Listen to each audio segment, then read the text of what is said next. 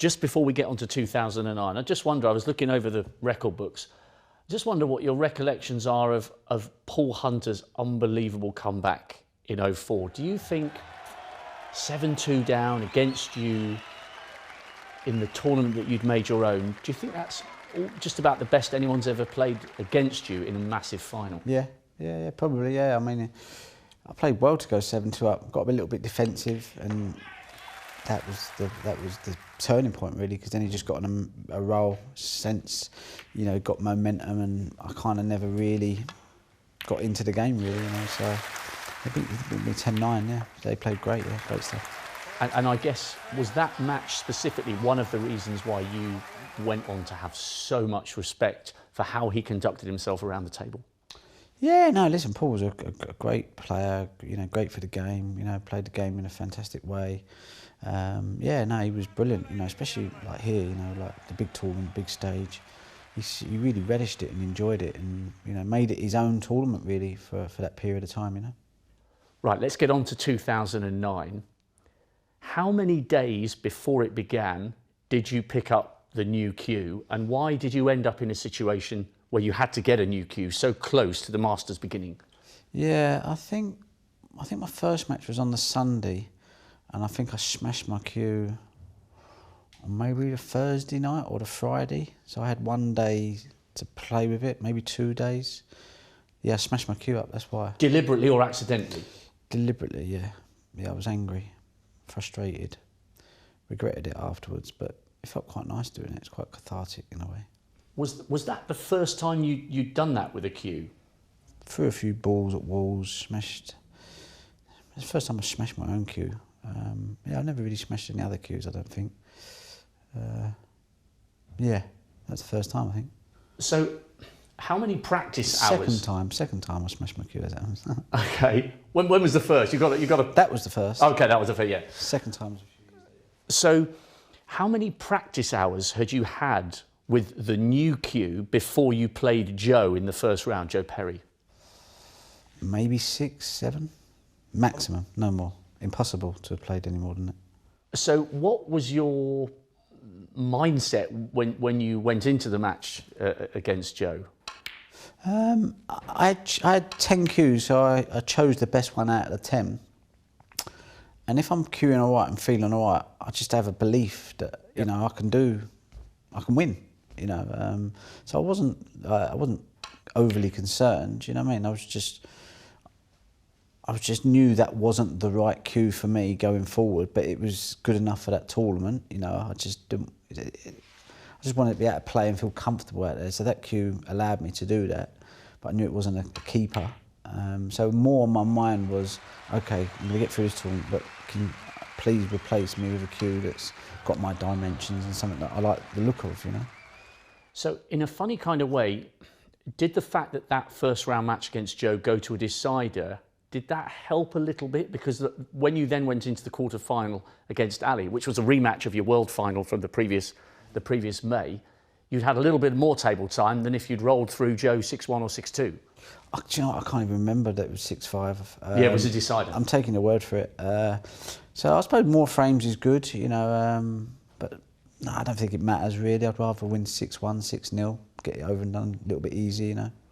And did you start to feel more comfortable with the cue as you played the match against Ali, which I think was 6-2? I think also as well is like sometimes more important, not more important than the cue, but equally as important was the tip, you know. And it was a good tip, so I thought, okay, we've got a chance here. The cue's all right. I can sling a few balls in. I know it operates in amongst the balls. The tip's good, so it was all right, you know. And you know, if I was a footballer, I'd do all my work around the 6-yard box. You know, I'm around the pink and black, so as long as I felt comfortable around there, I thought I got a chance, you know.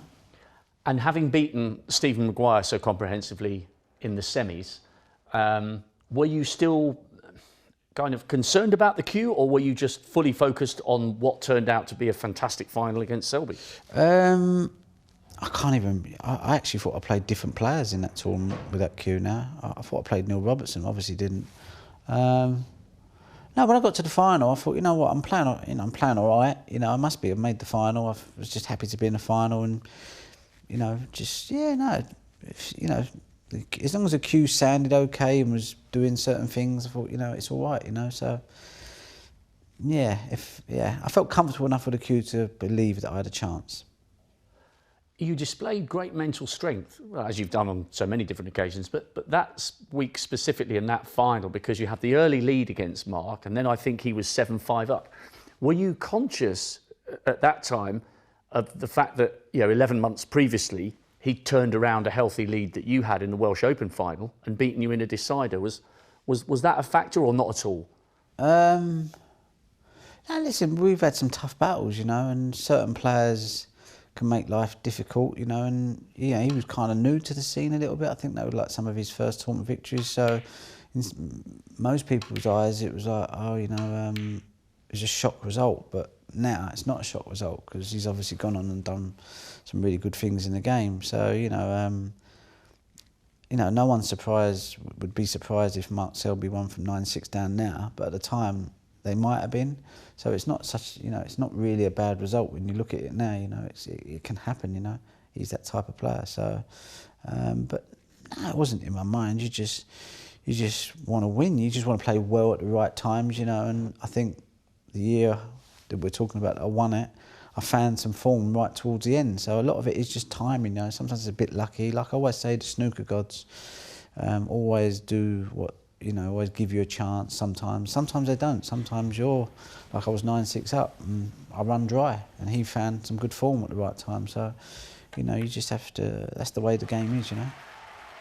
At that time, did you think that was one of your best title-winning performances? Not just the Masters, but at any of your events, because you'd only had 6 or 7 practice hours with the replacement cue. Was that one of your best ever wins at the time? Yeah, I'd say so. Like, a lot of the things that I've done in the game, I'd say, you know, that was up there with, you know, with maybe taking a year off, not playing, you know, coming back winning the World Championships. You know, a lot of the things, yeah, that I definitely have to say that's up there, yeah. And the towel goes in, Mark Selby concedes. What a defence he put up, but Ronnie O'Sullivan, he came in with a cue that he'd never used before. But it didn't stop him, he played absolutely brilliant. And Ronnie O'Sullivan wins the Masters for the 4th time.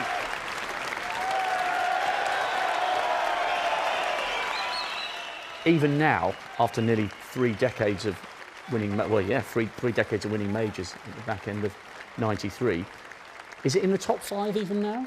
Maybe. And I don't, I don't know. You know, there's a lot of, I've won a lot of tournaments for very different reasons. But, you know, being able to win tournaments when part of your game's not going well, but you're able to win because of other reasons, you know, other skills, I suppose. That's quite satisfying. Yeah.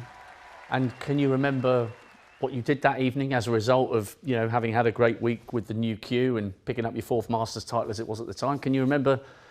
Did you go out anywhere, or was it quite a quiet one? No, it definitely would have been a quiet one. I'm not really a party animal. I stopped partying in 2001 or 2000, something like that. So yeah, for 20 odd years, hardly been to any parties or celebrations and stuff. So I probably would have just been gone home and had a bit of cake and a cup of tea. Well, great to go down memory lane with you, Ronnie. Thanks very much. '09, what a win, what a year. Thank you.